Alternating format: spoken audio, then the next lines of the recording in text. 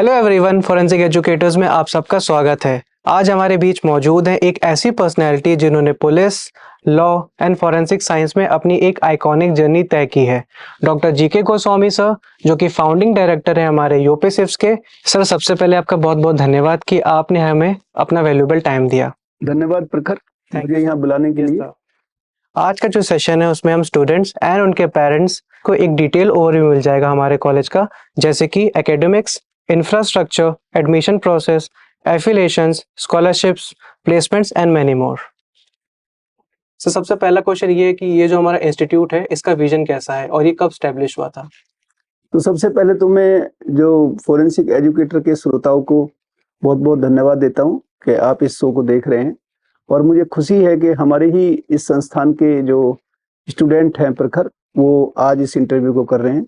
तो संस्थापक निदेशक के रूप में मुझे खुशी है कि जो हमारे जो तैयार किए हुए जो स्टूडेंट्स हैं उनमें इतना कॉन्फिडेंस है कि वो अपना एक वेब पेज चला रहे हैं, एक अपनी एजुकेशन देने के लिए लोगों को एक ज्ञान दे रहे हैं।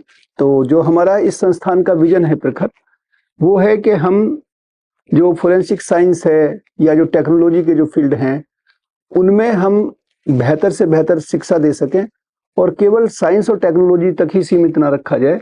जो आज के समय में जो लीगल कंप्लायंसेज हैं वो बहुत इंपॉर्टेंट हुए हैं।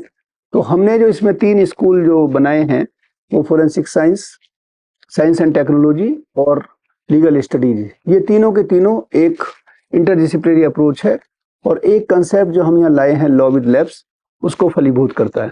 Yes sir, thank you. So next question, काफी बच्चे एंड उनके पेरेंट्स ये जानना चाहते हैं क्या फॉरेंसिक साइंस में करियर है? देखो, फोरेंसिक साइंस में करियर इस समय मैं समझता हूँ कि जब से फोरेंसिक साइंस प्रारंभ हुई है सैकड़ों साल पहले, आज के समय में क्यों इतना बूम है इसके अंदर, वो मैं बताना चाहता हूँ।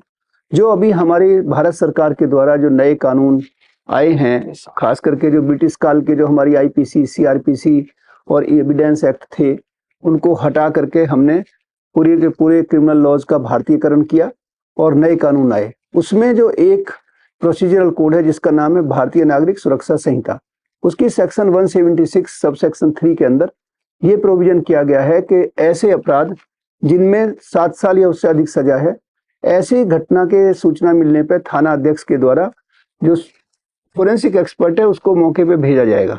तो इससे 2 चीजें हुई और ये केवल स्वैच्छिक नहीं है, इसमें कोई चॉइस नहीं है। पहले डीएनए करना या फिंगरप्रिंट लेना उठाना ये पुलिस की अपनी मर्जी थी, इसमें कोई कंपल्सन नहीं था। लेकिन 176 की जो लैंग्वेज है उसमें सेल वर्ड इस्तेमाल किया गया है, यानी कि अब फोरेंसिक एक्सपर्ट का विजिट करना, एविडेंस उठाना कंपलसरी है। तो इसमें 2 चीजें हुई प्रखर। एक हुआ कि एविडेंस को कलेक्ट करना मैंडेटरी किया गया। तो अब सारे मामलों में जब होंगे तो हमें फिर एविडेंस के लिए, कलेक्शन के लिए एक्सपर्ट चाहिए, एनालिसिस के लिए एक्सपर्ट चाहिए और हमें लेबोरेटरी बनानी पड़ेंगी। तो बहुत सारे जॉब के आयाम बनेंगे।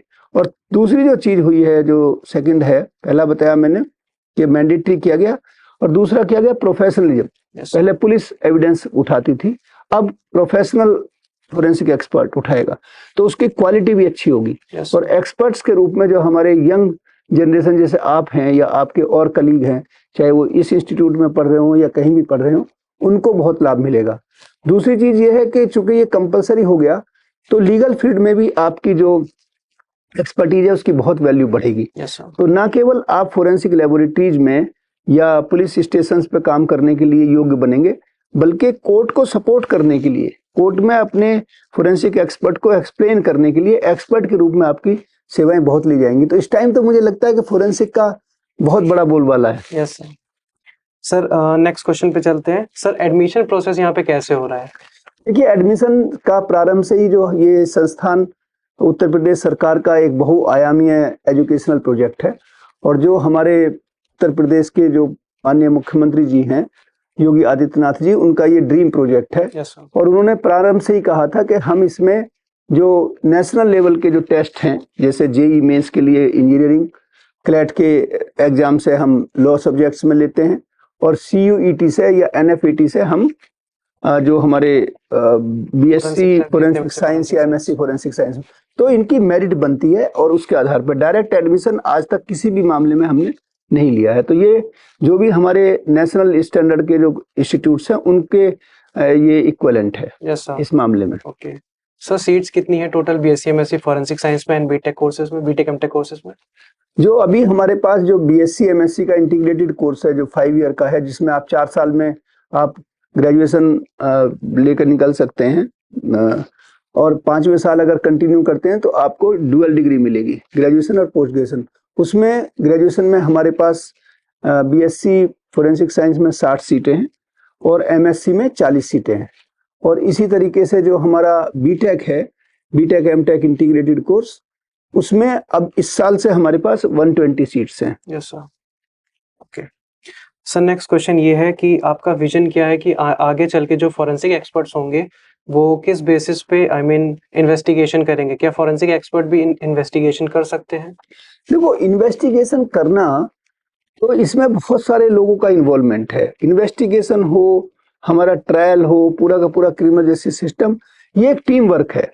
और टीम में जैसे मान लिया क्रिकेट में खिलाड़ी खेल रहे हैं, अगर एक भी खिलाड़ी कमजोर है तो पूरी टीम की जो परफॉर्मेंस है वो प्रभावित होती है।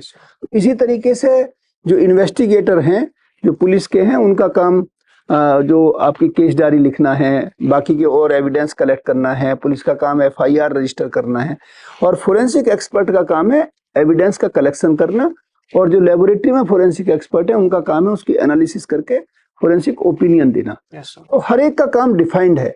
तो मैं समझता हूँ कोई भी चीज जो है वो एकीकृत रूप में उसको देखा जाना चाहिए। तो हर जो एक्टर है, जो स्टेक होल्डर है क्रिमिनल जस्टिस सिस्टम का, उसका डिफाइंड रोल है। और फोरेंसिक एक्सपर्ट का रोल बहुत इंपॉर्टेंट है क्योंकि ये साइंटिफिक टेम्पर डालता है आपके इन्वेस्टिगेशन में। Yes sir, thank you sir. Sir, एक क्वेश्चन जो कि बहुत इंपॉर्टेंट है, जो बच्चे एनएफएटी दिए हैं और कुछ कोर्सेज हैं जैसे BSc criminology and forensic science, तो क्या वो वाले बच्चे भी यहाँ पे एडमिशन ले सकते हैं? देखिए, ये सवाल बार बार पूछा जा रहा है क्योंकि इसमें हमारा अपना कोई इसमें डिस्क्रिशन नहीं है। जो भी रूल रेगुलेशन है वो एनएफएसयू द्वारा निर्धारित है।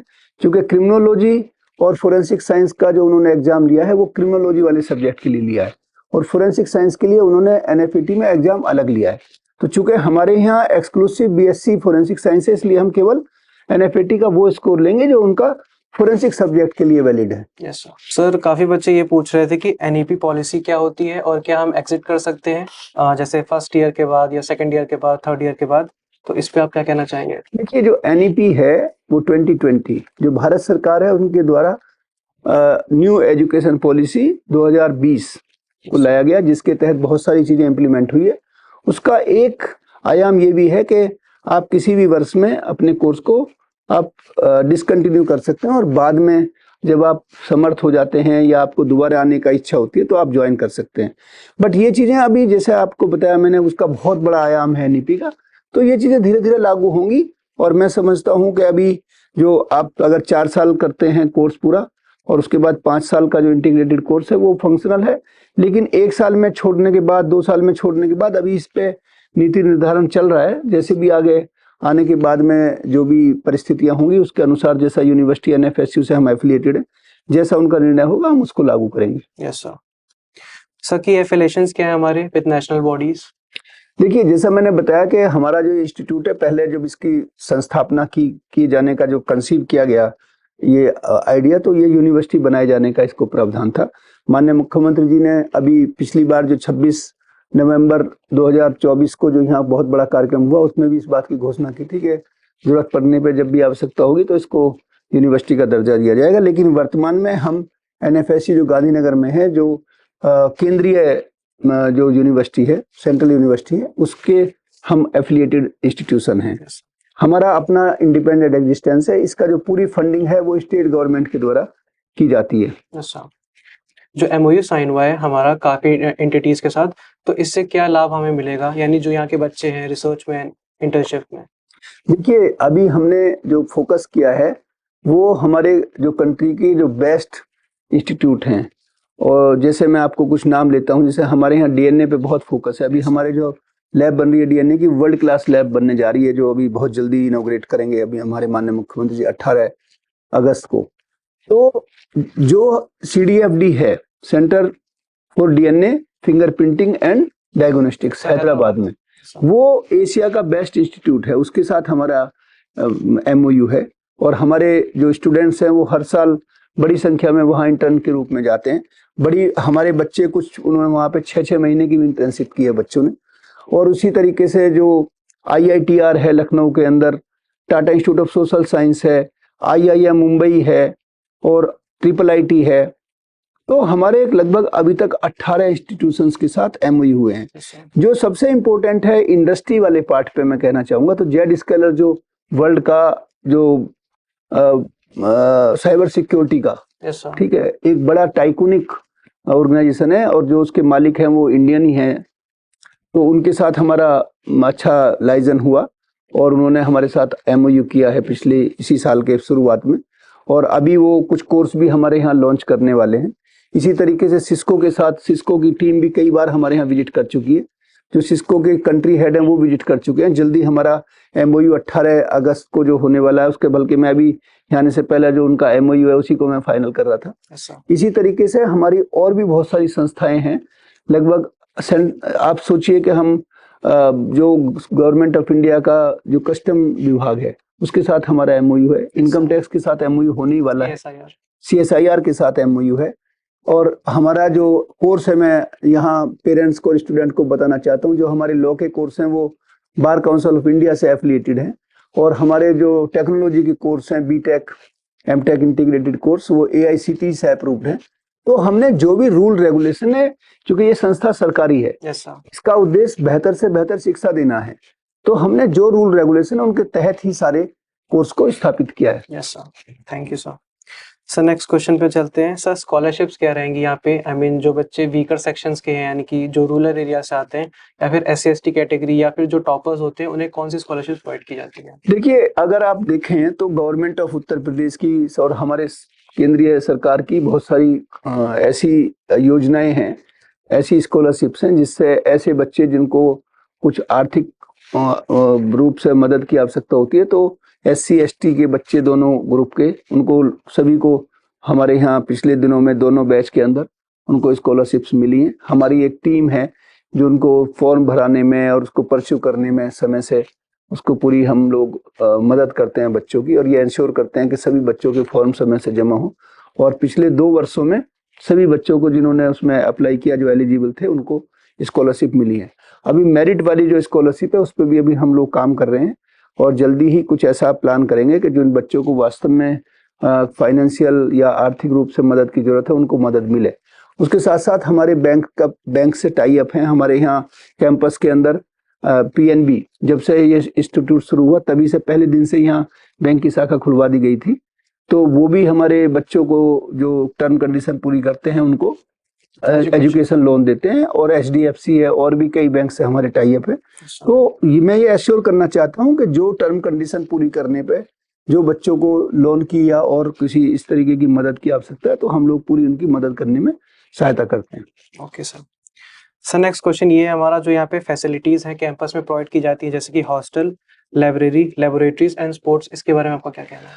हमारे यहाँ जो हॉस्टल्स हैं, अभी तक जितने भी हमारे बैच दोनों निकले, हमने 100% जिन्होंने मांगा है, हमारे यहाँ हॉस्टल में रहना कंपलसरी नहीं है, बट निश्चित रूप से अगर आप हॉस्टल में रहते हैं तो आपकी एजुकेशन की क्वालिटी में इम्प्रूवमेंट होता है। आप देर तक लाइब्रेरी यूज कर सकते हैं।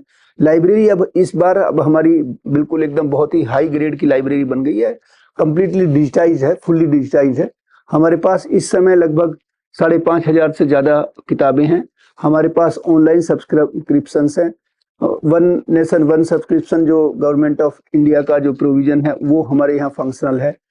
तो जो लाइब्रेरी है वो बहुत ही आलीशान लाइब्रेरी बनाई गई है, बहुत बड़ी है। उसका भी हम लगभग 30% भी यूज नहीं कर पा रहे हैं। आप सोचिए कितनी बड़ी लाइब्रेरी है।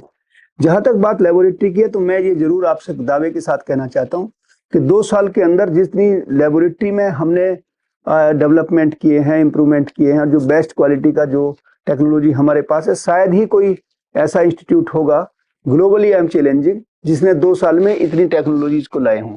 अभी हमारे पास में, जैसे मैंने बताया, DNA की लैब जो लगभग आज से 10 दिन के अंदर फंक्शनल होने वाली है, वैसे ही हमने AI, ड्रोन और जो भी कोबोटिक्स की लैब्स भी बना ली हैं, वो भी अभी माननीय मुख्यमंत्री जी उद्घाटन करेंगे।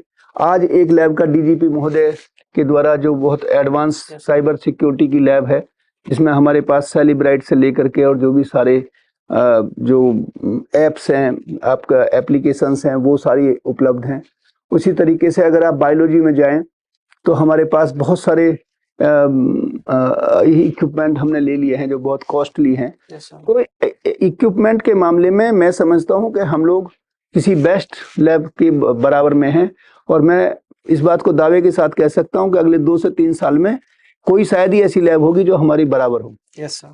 और स्पोर्ट्स के मामले में हमारे पास क्रिकेट की फैसिलिटी अभी और भी बाकी के जो स्पोर्ट्स हैं, हमारे पास 50 एकड़ में फैला हुआ ये कैंपस है जिसमें बहुत स्पेस है, ग्राउंड्स हैं, चाहे वो एथलेटिक हो, चाहे वो और ग्रुप एक्टिविटीज के गेम्स हो, फुटबॉल हो, क्रिकेट हो, वॉलीबॉल हो, बैडमिंटन हो, ये सब अभी हम जल्दी ही एक बहुत अच्छी क्वालिटी का यहाँ जिम भी स्थापित करने वाले हैं, जो इक्विपमेंट की परचेज लगभग फाइनल स्टेज में। तो जब आप आएंगे यहाँ तो देखेंगे कि 2 साल के अंदर जो सुविधाएं हैं वो बहुत अच्छी लेवल की हमने तैयार की हैं। Yes sir, thank you sir. Sir next question पे चलते हैं। प्लेसमेंट सिनेरियो क्या है यूपीएससी का, और इंटर्नशिप्स हम कहाँ करते सकते हैं एज अ फॉरेंसिक एक्सपर्ट? देखिए, मैंने जो आपको अभी बताया कि हमारे टाई अप बहुत सारे हैं। Yes sir. एक और इम्पोर्टेंट क्वेश्चन है जो आपको जॉब दिलाने में बहुत मदद करता है, वो आपकी पर्सनैलिटी डेवलपमेंट। पर्सनैलिटी डेवलपमेंट में हमारे यहाँ मैं ये दावे के साथ फिर से कह सकता हूँ कि जितने हमारे पास डाइवर्सिटी के जो स्पीकर्स आते हैं, इंटरेक्ट करने के लिए लोग जो आते हैं, हर महीने का अगर आप हमारा चार्टर उठा करके देखें तो हमारे पास इतने सारे लोगों को हम बुलाते हैं, चाहे वो इंडस्ट्री के लोग हों, चाहे वो एडमिनिस्ट्रेशन के लोग हों, चाहे वो एकेडमी से हों, चाहे वो एम्बेसी में काम करने वाले लोग हों। तो आपका इतना गैलेक्सी ऑफ स्पीकर्स आते हैं, और जो एक्सपोजर है, मैं ये मानता हूं कि नॉलेज आपकी एक पार्ट है, बट आपको एक्सपोजर कैसा मिलता है उससे आपकी पर्सनैलिटी डेवलपमेंट होती है। तो आपको जो मैं पेरेंट्स को भी बताना चाहता हूं कि आप हमारा यूट्यूब चैनल है, मेरे नाम से है, डॉक्टर जी.के. गोस्वामी IPS, और UPSF का चैनल है वो। आप उसमें हमारे पुराने प्रोग्राम देखिए। हमारा जो सबसे पहला प्रोग्राम हुआ था, जो बड़े स्तर का कह सकता हूँ मैं, वो था 26 नवंबर 2023 को, जिसमें कई सारे ऑनरेबल हाई कोर्ट के जजेज आए थे, और उसके साथ साथ और भी बहुत डिग्निटरीज थी। उन प्रोग्राम को देखिए, जब हम मुश्किल से 2 महीने भी नहीं हुए थे, और हमारे सारे प्रोग्राम हमारे स्टूडेंट करते हैं। हम कोई भी कार्यक्रम को कहीं भी बाहर से कोई सपोर्ट नहीं लेते। तो इस टाइप के जो कार्यक्रम होते हैं, तो अब मैं आपकी बात का जवाब देता हूं प्रखर के हमारे यहाँ प्लेसमेंट का क्या सिनेरियो है, इंटर्नशिप के क्या सिनेरियो है। तो जितने भी हमने ये MOU किए हैं, हमारे MOU केवल स्लीपिंग MOU नहीं है, सारे फंक्शनल MOU है। सभी जगह हमारे स्टूडेंट्स जाते हैं, और इसके अलावा हाई कोर्ट में आप सोचिए कि हर बार हमारे यहाँ कम से कम 20-25 बच्चे हाई कोर्ट में जाते हैं। कितने इंस्टीट्यूट होंगे जिसमें फोरेंसिक साइंस के बच्चों को हाई कोर्ट के जजेस के साथ, ऑनरेबल जजेस के साथ इंटरेक्ट करने का, उनके साथ डिस्कशन करने का। मैं अभी एक बहुत सीनियर हाई कोर्ट जज साहब के पास था, तो कोई आए हुए थे मिलने के लिए, तो उन्होंने हमारे बच्चों की जो तारीफ की, उन्होंने कहा कि इस तरीके के बच्चे हैं कि वो खड़े होकर के कोर्ट में जब वो इंटर्न रहते हैं तो वहीं कहने लगते हैं कि साहब DNA में तो ये होना चाहिए। तो इस तरीके के आपका जो ये कॉन्फिडेंस है, कितने लोग होंगे जो हाई कोर्ट में ऐसे खड़े होकर के इसकी बोलने की हिम्मत कर सकें। तो ये कॉन्फिडेंस आता है जब आपके अंदर कुछ ज्ञान होता है, जब आपके अंदर ये चीजें इनकलकेट की जाती हैं। तो आपको दूसरी बात के हमारा प्लेसमेंट की जो बात है, मैं हमेशा ये कहता हूं कि हम यहाँ पे बहुत कम स्ट्रेंथ है हमारी, तो हम लीडर तैयार करने के लिए हैं। आप सोचिए कि मैं ADG रैंक पे हूँ, गवर्नमेंट ऑफ उत्तर प्रदेश ने मुझे यहाँ पोस्ट किया है, तो कुछ सोच के किया होगा। तो हमारा उद्देश्य ये नहीं है कि हम बस केवल उनको नौकरी लगवाएं। नौकरी किस क्वालिटी की नौकरी लगे, इंटरप्रेन्योरशिप करें तो कैसी करें, तो उनकी क्वालिटी में लाइफ, हमें वो नहीं है कि कोई भी कहीं भी जाकर नौकरी करने लग जाए। तो हमारा जो मॉडल है एम्प्लॉयमेंट का, या उनकी लाइवलीहुड का, या उनके कंट्रीब्यूशन का, वो एकदम अलग है। मेरा ये कतई कोई वो नहीं है कि बस एक प्लेसमेंट सेल खोल दी और उसमें 2-4 लोगों की पोस्टिंग कर दी और वो जैसे छोटे मोटे नौकरियां लग गई, ये उद्देश्य नहीं है। We want a completely transformative stage. और दूसरी चीज जो हम लोग इंटीग्रेट कर रहे हैं, खास करके जो टेक्नोलॉजी में, चूंकि ये इंस्टीट्यूट कहीं ना कहीं टेक्नोलॉजी का ही है, कि अभी जो टेक्नोलॉजी का लीगल इंटीग्रेशन है, हमारा टोटल फोकस उस पर है। और आज जो डिजिटल वर्ल्ड है, अभी जो नया जो शब्दावली है या जो नया बजवर्ड है ग्लोबली वो है लीगली कंप्लायंट साइबर फ्रेमवर्क पूरा। तो जब तक आप चाहे वो प्रोडक्ट हो या सर्विस हो, तो ये कंसेप्ट तो अभी किसी टेक्नोलॉजी वाले ने सोचे ही नहीं है। yes, और हम उसमें आगे बढ़ चुके हैं। तो ऐसा कैसे हो सकता है कि हमारे बच्चों को जॉब ना मिले? We will be the leader, we are not just the commoner. That's the vision of this institute. Yes sir, thank you sir. Next question पे चलते हैं। फॉरेंसिक एक्सपर्ट का रोल क्या है क्राइम सीन पे? वाह, बहुत ही बढ़िया सवाल है। मैं समझता हूं कि जो हम एविडेंस जो कलेक्ट करते हैं साथियों, वो नॉर्मली कन्वेंशनल वे में हम मौखिक साक्ष्य पे हम ज्यादा जोर देते थे। जैसे मान लिया कोई आई विटनेस हुआ या कोई और आदमी गया तो वो जा करके साक्ष्य देता था। अब कोई भी व्यक्ति है, किसी से उसकी दुश्मनी हो सकती है, कई बार कुछ चीजों को समझने का हेर फेर हो सकता है जिसे कहते हैं मिस रिप्रेजेंटेशन ऑफ फैक्ट। कई बार जो गवाह है वो पक्षद्रोही हो जाता है, होस्टाइल हो जाता है, डर की वजह से पैसा ले लिया, कुछ और कर लिया। तो अगर हम केवल और केवल मौखिक साक्ष्य पे, यानी कि जो व्यक्ति के साक्ष्य पे अगर हम विश्वास करेंगे तो उससे क्या है कि जजमेंट तो होगा, लेकिन उस जजमेंट में डिफेक्ट होने के, अन्याय होने की संभावना बढ़ जाती है। तो फोरेंसिक साइंस उसमें विज्ञान को लाने से हमें वैज्ञानिकता लाता है। साइंस का अगर प्रोसीजर सही है साथियों, मैं ये भी आपको बात बताना चाहता हूं कि फोरेंसिक साइंस के दो कंपोनेंट है। एक है प्रिंसिपल ऑफ साइंस, जो प्रिंसिपल मान लिया डीएनए है तो उसका क्या प्रिंसिपल है, और दूसरा है प्रोसीजर। तो टेक्नोलॉजी में प्रिंसिपल हो सकता है बिल्कुल आइडियल हो, लेकिन अगर प्रोसीजर सही नहीं है तो वो हो सकता है उसने सैंपल बदल दिया हो, उसने रिपोर्ट में हेरा फेरी कर दी गई हो। तो दोनों चीजों का जो मैं कहना चाहिए उसकी क्वालिटी अच्छी होना ये जरूरी है। तो फोरेंसिक एक्सपर्ट जो है, जो हमारा न्यायिक व्यवस्था है उसमें जान फूंकता है साइंटिफिक तरीके से, जिसमें अन्याय होने की संभावनाएं बहुत कम हो जाती हैं। तो फोरेंसिक एक्सपर्ट जो है वो बिल्कुल एकदम मेन पिलर है हमारी न्यायिक व्यवस्था का। सर कुछ ऐसे आप केसेस हाईलाइट करना चाहते हैं जिसमें फोरेंसिक साइंस में काफी तरक्की की हो और जिसकी वजह से फोरेंसिक साइंस काफी आगे आ गया है? देखिए, अगर मैं बहुत पीछे जाऊं तो बहुत सारे केस का हवाला दिए जा सकते हैं। जब डीएनए की जो खोज हुई, जिस टाइम डॉक्टर एलेक्स जेफरी जो इंग्लैंड के थे, तो उसमें दो लड़कियां जो जिनका 1983 और 1986 में रेप के बाद 14-15 साल की उम्र थी उनकी हत्या कर दी गई। ये ब्लाइंड केस था और डीएनए का यहीं से उत्पत्ति होती है साथियों।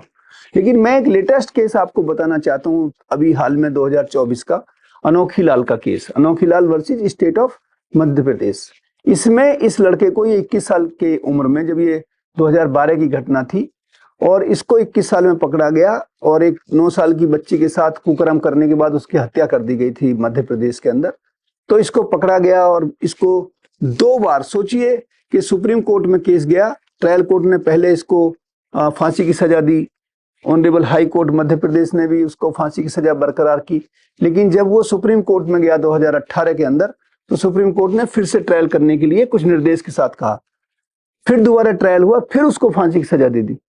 अब आप सोचिए, फिर ये मामला गया जब हाई कोर्ट मध्य प्रदेश के अंदर, तो वहां फिर कुछ कमियां मिली और फिर तीसरी बार जब इसको फिर से ट्रायल हुआ तो पता चला कि जो डीएनए की रिपोर्ट थी उसको गलत ढंग से पढ़ लिया गया, उसका इंटरप्रिटेशन गलत ढंग से हो गया और बाद में पता चला कि ये व्यक्ति तो निर्दोष है।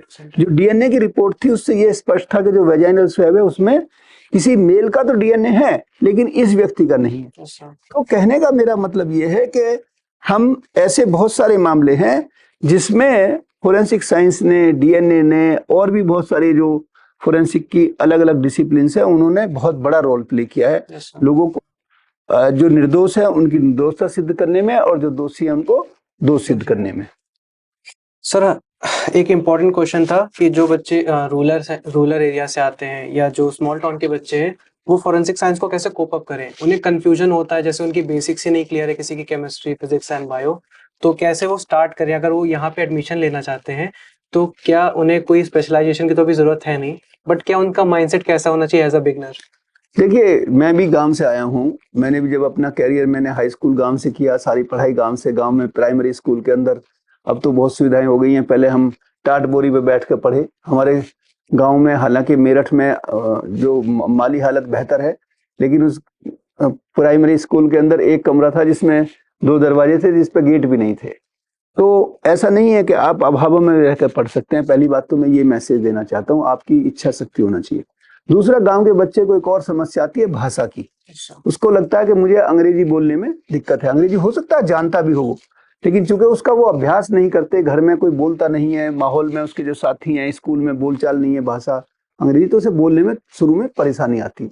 लेकिन साथियों या बच्चों, जब आप आ जाओगे उस माहौल में, तो अंग्रेजी सीखना या ये चीजें कोई ऐसी मुश्किल चीजें नहीं है जिसे आप नहीं कर सकते। असली बात है कि आपको विषय का कितना ज्ञान है, और विषय का ज्ञान आप हिंदी में भी पढ़िए, टर्मिनोलॉजी आप कोशिश करिए कि आप अंग्रेजी में ही रखें, क्योंकि उससे क्या है कि वो समरूपता रहती है। नहीं तो हिंदी में कई बार उनकी जो शब्दावली है वो बड़ी क्लिष्ट भी होती है और लोग समझ नहीं पाते। तो मेरा आपको सुझाव ये है कि आप हिंदी में पढ़ें, चाहे जिस भाषा में पढ़ें, लेकिन जो शब्दावली है, जो टर्मिनोलॉजी है साइंस की, उसको अंग्रेजी में रखें, नंबर 1। दूसरी चीज ये है कि बेसिक्स पढ़ें। अगर आपको मान लिया फोरेंसिक साइंस में है, तो जो एनसीईआरटी की बुक्स हैं, फिजिक्स की है, केमिस्ट्री की है, मैथमेटिक्स की है, इन किताबों को आप एनसीईआरटी की कम से कम 11th 12th की बुक, आइडियली है कि आप 9th 10th की भी पढ़ें, लेकिन जितना आपके पास समय है तो उसको अगर आप तैयारी करेंगे तो, और वो हिंदी इंग्लिश दोनों में आती हैं, तो आप उन किताबों को लीजिए और उनका अध्ययन आप करेंगे गंभीरता के साथ, तो मैं समझता हूँ कि आपको उसका बहुत लाभ मिलेगा।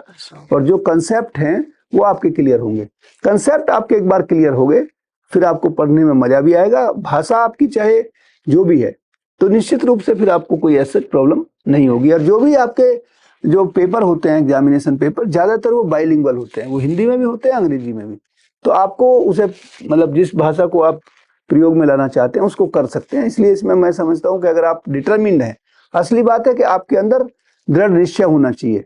ये होना चाहिए कि हाँ, मुझे अपना कैरियर बनाना है, नहीं तो ना करने के लिए 50 बहाने मिल जाते हैं, उससे आपको बचना है।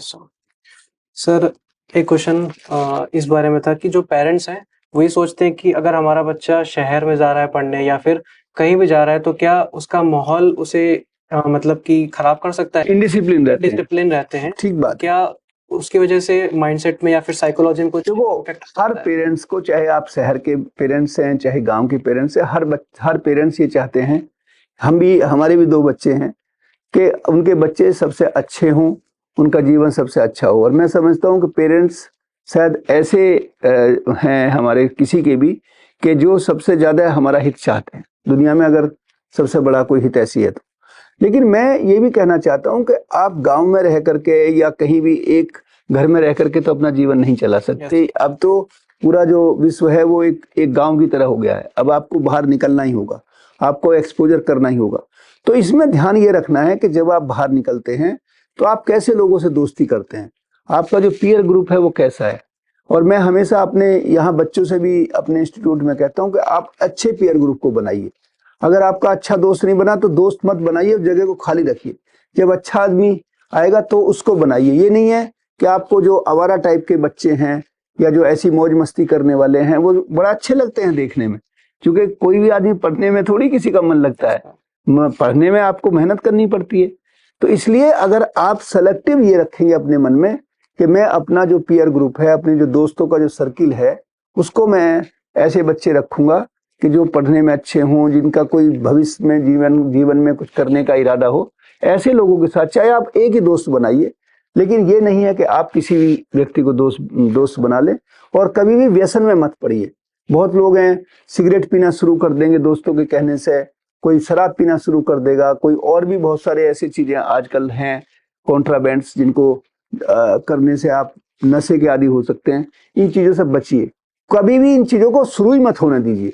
हम भी थे, हम तो पुलिस में आए, बहुत लोगों ने कोशिश की कि भाई आप तो पुलिस में हैं। कई बार कुछ ऐसी मजेदार बात है कि जो कहना अभी शायद यहाँ उचित ना हो, लेकिन जब आप में डिटर्मिनेशन है कि मुझे ये काम नहीं करना है तो नहीं करना है, कोई आपको जबरदस्ती नहीं करा सकता, तो वो आपके अंदर अपनी विल पावर होना चाहिए। तो मैं पेरेंट्स को कहना चाहता हूँ कि आप बच्चे पे भरोसा करिए, बच्चे को ऐसे संस्कार दीजिए जिससे वो गलत रास्तों पे ना जाए, भटके ना। और लेकिन उस पर आप नजर भी रखिए, क्योंकि कई बार होता है कि बच्चे हैं, बच्चों का मन कोमल होता है, तो हो सकता है कई बार वो डेविएट हो जाए, तो उनका थोड़ा सा ध्यान रखिए। मैं कहता हूँ हमेशा कि आप पेरेंट्स जो है वो नारियल की तरह होने चाहिए, बाहर से कठोर और अंदर से बहुत सॉफ्ट। उसी तरीके से अगर आप बच्चों की परवरिश करते हैं और करते हैं सभी, तो बहुत अच्छे ढंग से हम अपने जीवन को और अगली पीढ़ी जो हमारी है उनको बेहतर ढंग से बना सकते हैं। सर लास्ट क्वेश्चन ये है कि जो बच्चे बीएससी एमएससी कंप्लीट कर ले एनएफएसयू से या फिर एफिलिएटेड कैंपसेस से, तो उन्हें फ्यूचर में या फिर फॉरेन कंट्रीज में क्या एक्सपोजर मिलेगा? देखिए, जैसे मैंने बताया कि ये डिपेंड करता है कि आपकी अपनी क्या अचीवमेंट्स हैं, आपने किस तरीके के इंटर्नशिप की हैं, आपको नॉलेज कितनी है, कितना आप जो अब मान लिया आपने कहा कि बाहर विदेश की बात आपने की, तो जैसे हमारे यहाँ बहुत सारे एक्सपर्ट्स बाहर से आते रहते हैं, उनके साथ आप लाइजन करिए, या आप लिंक्डइन पे हैं या और सोशल मीडिया पे हैं, तो उनको ऐसे प्लेटफॉर्म पे आप रहिए जिनमें ऐसे लोगों को तलाश करिए उन प्लेटफॉर्म पे जो आपके इंटरेस्ट के लोग हैं। Yes sir. उनके साथ देखिए कि वो किस फील्ड में काम कर रहे हैं। तो जब आप धीरे धीरे अपने आप को बिल्डअप करते हैं तो आपका एक लेवल उठने लगता है धीरे धीरे, और फिर आप बाहर जाने का या इंडिया में रह करके काम करने का जब आपका एक लेवल आ जाएगा तो फिर आपके लिए फ्लाइट करना, तो आपको पहले इंपॉर्टेंट है पेडेस्टल बनाना। Yes sir. जब पेडेस्टल आपका मजबूत होगा तो फिर आप फ्लाइट ले सकते हैं। देख तो आप जो हवाई जहाज भी है, उड़ने से पहले वो दौड़ता है, यस सर। तो जितनी उसकी स्पीड दौड़ने की होगी उतना ही ऊंची वो फ्लाइट लेगा। तो अब ये आप पे डिपेंड करता है कि जब आपने एजुकेशन ली, तो ये जो टाइम है आपका ग्रेजुएशन का बच्चों, ये आपका मेकिंग और ब्रेकिंग का टाइम है। Yes sir. इसमें आप बहुत ऊपर जा सकते हैं, आप मीडियोकर रह सकते हैं। तो ये हमारे आपके हाथ में है कि हमें अपने जीवन में क्या करना है। Yes sir. So thank you, and काफ़ी लविंग सेशन था, एंड सारे जितने भी डाउट्स थे हमने क्लियर करे हैं सारे बच्चों के। और बच्चे ये भी कहना चाहते हैं कि आप जिस तरह से हेल्प करते हैं चीज़ों को और सपोर्ट करते हैं एडमिशन प्रोसेस के लिए या फिर लाइव सेशंस लेते हैं, वो बच्चे आपको थैंक यू कहना चाहते हैं। चलिए, बहुत बहुत धन्यवाद। आप हमारा संस्थान में जब भी कभी आए, बेशक आप एडमिशन कहीं भी लिए हो, तो आप यहाँ आइए, विजिट करिए। हम इंटर्नशिप कोर्स भी इस बार शुरू कराए थे, अगली बार भी हम दिसंबर महीने में इंटर्नशिप कोर्स कराएंगे।